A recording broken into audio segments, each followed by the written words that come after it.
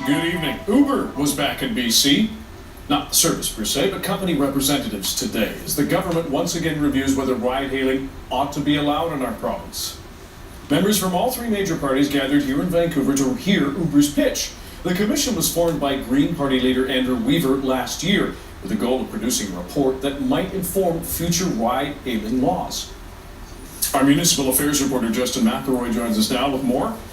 What was Uber's pitch today, Justin? Well, they've been waiting a long time, of course, for this day to speak in front of government and opposition MLAs. Government, of course, expecting to bring in legislation later this year. And what Uber is asking for, number one, is sort of an open playing field so that any company can come in and pitch these sort of services and allow them to be legal, which, of course, is not the case right now. And the second one is an insurance product that allows Uber drivers, when they're driving around without an Uber customer, to have one set of insurance for themselves. And when they pick someone up, or rather when they accept a request to pick someone up, they're now on the clock, and there's the type of insurance that is in place that is fairly expensive for similar to taxi drivers right now. And that would be under ICBC? That's correct. What did the MLAs have to say to all that? Well, 9 MLAs there, they all had questions, of course, and they sort of broke into 3 different camps. The first one, if you take a look at the board here, is wheelchair accessibility. For taxi companies right now, a certain number of cabs have to have spaces so that people in wheelchairs can go on. There's no such thing for Uber, and there's fears that that'll distort the marketplace somehow.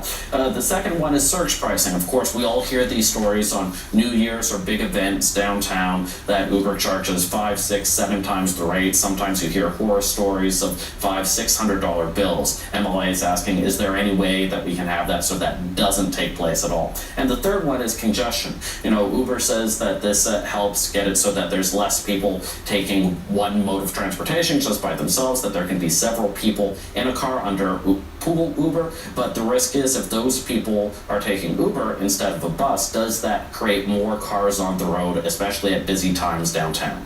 Now, another group that was in the room that has a lot to say about ride-hailing is the taxi industry. What did it have to say? Now, specifically, the Vancouver Taxi Association, which represents them, says that, look, we agree that there are issues right now where people have to wait too long and there's not enough supply in the marketplace, but we don't think you should allow Uber and Lyft to be involved. Instead, you should allow us to create our own app that all companies currently in existence would use. This Made in BC solution avoids all the problems that have accompanied a deregulated industry where different app-based taxi services have been allowed to participate freely, regardless of the consequences.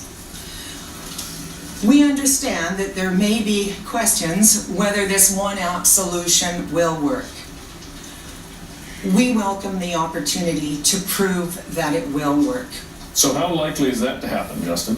Well, at the end of the day, you have this committee that has to put forward their report. There's 4 Liberals on it who have been pro-ride sharing all this time. There's 4 government NDP members who have been talking about the health of the taxi industry being very important. And you have Andrew Weaver, Green Party leader, and he said all along, look, it's not the government's job here to pick winners and losers, and that by having one app only, one company only that could have this sort of thing, it would be the government picking winners and losers. He's described it as a non-starter. Of course, it'll be up to that committee in about a month from now to come up with their report recommending what the way is forward. All right. Justin, thanks very much. Thanks, Dan.